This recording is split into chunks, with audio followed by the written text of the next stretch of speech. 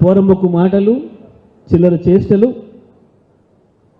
ప్రజల తరఫున ఒక మాట అడిగితే దాడులు చేస్తాం. బొమ్మరావరం పోతే మొన్న రైతులు అడుగుతున్నారు, అరే ఇంకా రైతు బంధు పడకపోయా, ఎవరో లేచి రైతు బంధు పడతలేదు సార్ ఎప్పుడు పడుతుంది అన్నందుకు, రైతు బంధు పడలేదని వచ్చి చెప్పుతాం కొట్టమని మాట్లాడింది వాడు చిల్లరగాడు. నిన్న మన చైర్మన్ సందీప్ రెడ్డి వేదిక మీదనే ఉండి పక్కన నిలబడి మాట్లాడిండు.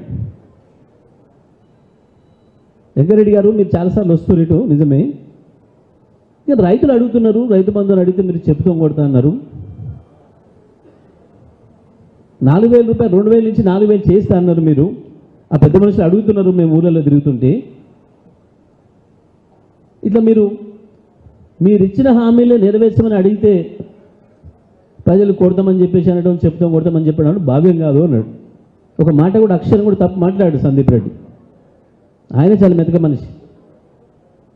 ఆయన అది అట్లా మాట్లాడినట్టునే చాలామంది మేము ఆశ్చర్యపోయినాం. అంత మంచిగా పద్ధతిగా మాట్లాడితే వారి కుక్కలు ఉసుగొలిపి కింద నుంచి పైగా పోలీసు వాళ్ళు వీళ్ళు గుజ్జుకపోయి జైలు లేని ఏమనుకుంటుండే వాడు ఏమన్నా రాజా, నిజామా? నిజాంనే తరిమి కొట్టిన వాళ్ళం పత్తా లేకుండా నువ్వెంత నీ లెక్క అంతా వాళ్ళ కాపల కుక్క కూడా బలికిరావు. ఈ ఉర్దూపులకు భయపడడం లేడు. నీ అయ్యల్ని నీ బాసుల్ని తల వంచి మెడలు వంచి తెలంగాణ తెచ్చాడు కేసీఆర్. కేసీఆర్ నాయకత్వంలో పనిచేసే సైనికులం మేము. నీలాంటి ఊర కుక్కలు ఏం చేస్తాయి? నిజమే అధికారం ఉంది, పోలీస్ స్టేషన్ మా చేతులు ఉంది, ఎంఆర్ఓ ఆఫీస్ మా చేతులు ఉంది.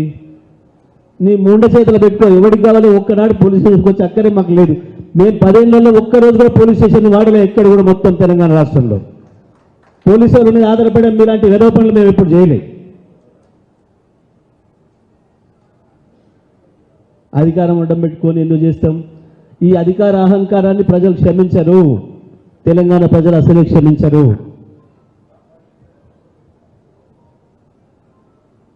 ఏమడిగినాం?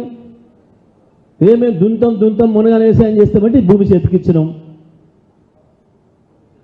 దున్నురా అంటే వెనక ఏడ్చుకుంటూ వస్తాడు. మరి దుంతానికంటే ఏదో ఏరడం అయిందట. అదే పొద్దుకాక ఇంట్లో పోరంటే బయట కొరికి ఇంటి కానీ రాళ్ళు వేసేసి ఎవడో రాళ్ళు వేస్తుండే అందుకని భయం అవుతుందని చెప్పుకున్న లెక్క ఉంది. నాకు కావాలి పెండ్లం అని వృత్తివి, లోపలికి పోరంటే పీక్కొని పోతుంటివి చేతగాక దద్దమ్మలాగా. ఎందుకు చేసుకున్నారు రండలు? ఊరికే కేసులు పెడతాం. కేసులు కొత్త, మాకు ఉద్యమకారులకు కేసులు కొత్త, కేసుల పేరు చెప్పి భయపెట్టిస్తారా?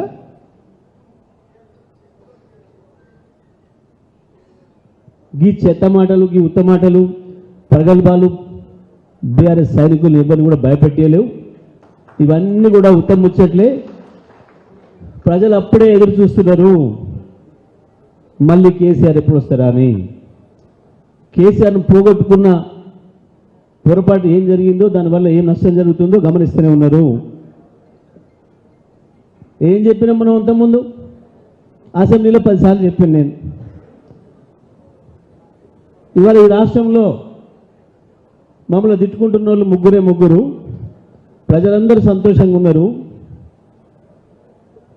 ఇన్వర్టర్లు, జనరేటర్లు అమ్ముకుంటోడు, మోటార్లు రిపేర్ చేసుకుంటోళ్ళు, వాళ్ళ దంటకు నెత్తి మీద గుడ్డేసుకొని ఏడ్చేటోళ్ళు కాంగ్రెస్ వాళ్ళు. అంతే తప్ప మమ్మల్ని తిట్టుకుంటే ఎవరు ఈ రాష్ట్రంలో లేరు. 3.5 కోట్ల మంది ప్రజలు సంతోషంగా ఉన్నారు ఇవాళ తెలంగాణ ప్రభుత్వంతో. నేను చెప్పాను కదా వాళ్ళు చాలాసార్లు. ఇప్పుడు వాళ్ళకే పని మొదలైంది. ఇప్పుడు ఇక అప్పుడే ఇన్వర్టర్ దుకాణాలు మొదలైనాయి, జనరేటర్ల దుకాణాలు మొదలైనాయి, కరెంటు కోతలు మొదలైనాయి. నేను 10 ఏళ్ళు మంత్రిగా చేసిన విద్యుత్ శాఖకి. ఒక్కనాడన నేను ఎప్పుడన్నా కరెంటు రిపేర్ల కొరకు 2 గంటలు కరెంటు బంద్ చేస్తా అని చెప్పినా నేను ఎప్పుడన్నా? గా ముచ్చట చెప్పేట ఆయన లైన్ మెను లేదా ఏఈ. హైదరాబాద్కు ఇన్ఛార్జ్ మంత్రి వచ్చాడు ఒక ఆయన, మొన్న ఆయన ప్రకటన చూస్తే నాకు ఆశ్చర్యం వేసింది. హైదరాబాదులో 2 గంటలు కరెంటు పోతుంది రిపేర్ చేయడానికి. రోజు రిపేర్ చేస్తారా? ఎప్పుడైనా ఎవడన్నా ప్రపంచంలో ప్రతిరోజు రిపేర్ చేస్తారా? అంటే తెలంగాణ ప్రజలకు అంత అమాయకంగా ఉన్నారు, హైదరాబాద్ ప్రజలకు అంత అమాయకంగా కూడా అనుకుంటున్నాడు ఆయన.